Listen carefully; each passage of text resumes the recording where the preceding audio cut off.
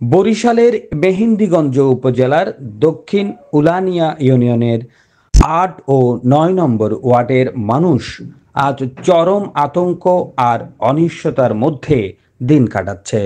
ভয়াবহ নদী ভাঙনে নিঃস্ব হয়ে পড়েছে শত শত পরিবার।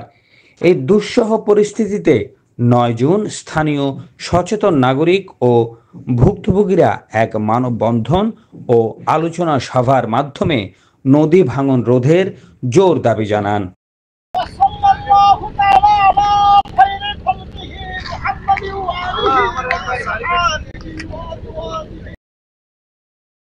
হাজারো মানুষ একসাথে নদী আমাদের জীবন, ভাঙন নয় ব্যানার হাতে দাঁড়ানো নারী পুরুষ শিক্ষার্থী প্রবীণ সবাই একটাই দাবিতে একমত।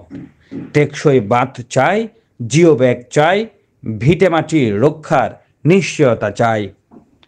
এভাবে আমাদের সম্মুখে বক্তব্য নিয়ে আসেন আমাদের মসজিদের সম্মানিত সেক্রেটারি জনাব রুহুল আমিন কামাল সাহেব, জনাব রুহুল আমিন কামাল মোল্লা সাহেব।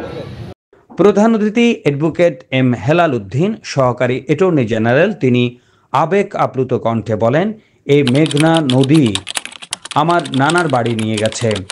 আমি আমার নানাকে দেখিনি। আগুনে পুড়ে গেলে মাটি থাকে, কিন্তু নদী ভাঙনে সব কিছু হারিয়ে যায়। ইনশাআল্লাহ আমি আপনাদের পাশে আছি। যদি শুরু হয়ে যায় বড় প্রকল্প, আলহামদুলিল্লাহ, তাহলে তো এই অঞ্চল সবাই, শুধু মসজিদ কেন, আল্লাহর ঘরটা, আল্লাহর ঘর আল্লাহ রক্ষা করবে, পাশাপাশি এই অঞ্চলে অবশ্যই ভালো মানুষ আছে। আল্লাহ সেই ভালো মানুষগুলোর জিম্মাদার আল্লাহ নিবে। এই অঞ্চলটাকে আল্লাহর জিম্মায় আজকে আমরা সুপর্দ করে যাব। আমাদের হুজুরগানে দিন আছেন, হুজুররা আছেন। আমি আজকে আর আপনাদের সময় নষ্ট করব না। মোহাম্মদ আবু কালাম বলেন, এখন যেখানে দাঁড়িয়ে আছি এটাও আর কয়দিন নিরাপদ থাকবে জানি না।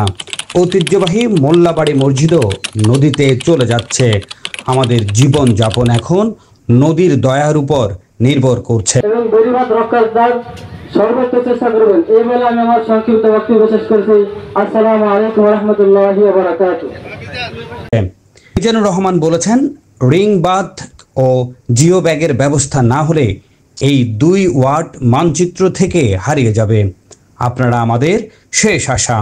মোহাম্মদ কামাল হোসেন ও ফারুক হোসেন বলেন, সরকারের উচিত এখনই দ্রুত পদক্ষেপ নেয়ার, না হলে এই অঞ্চলের ভবিষ্যৎ অন্ধকার। আল্লাহ যেন আপনাদের এই চাওয়া পাওয়াটা যেন আমি উছিলা, আপনারাও সেই উছিলা পান। আল্লাহ যেন কবুল করে নদীটাকে এখানেই থামিয়ে দেয়, এই মসজিদটা রক্ষা হয়, এবং আমরা যেন সুখে শান্তিতে আমাদের মা বোন ভাইদেরকে সবাইকে নিয়ে যেন সুন্দরভাবে বসবাস করতে পারি। জনগণের দাবিসমূহ হল টেকসই নদী প্রতিরক্ষা বাঁধ, জরুরি ভিত্তিতে জিও ব্যাগ ও রিং বাঁধ নির্মাণ, পানি উন্নয়ন বোর্ডের তড়িৎ হস্তক্ষেপ, সংসদ সদস্য ও জনপ্রশাসনের সরাসরি পরিদর্শন শেষে দোয়া ও মুনাজাতে ভাঙন রোধের জন্য প্রার্থনা। দিন শেষে নদী পাড়ের মানুষ আল্লাহর দরবারে প্রার্থনা করেছেন যেন তাদের ভিটেবাড়ি রক্ষা পায় এবং সরকার সহানুভূতির সাথে পদক্ষেপ নেয়।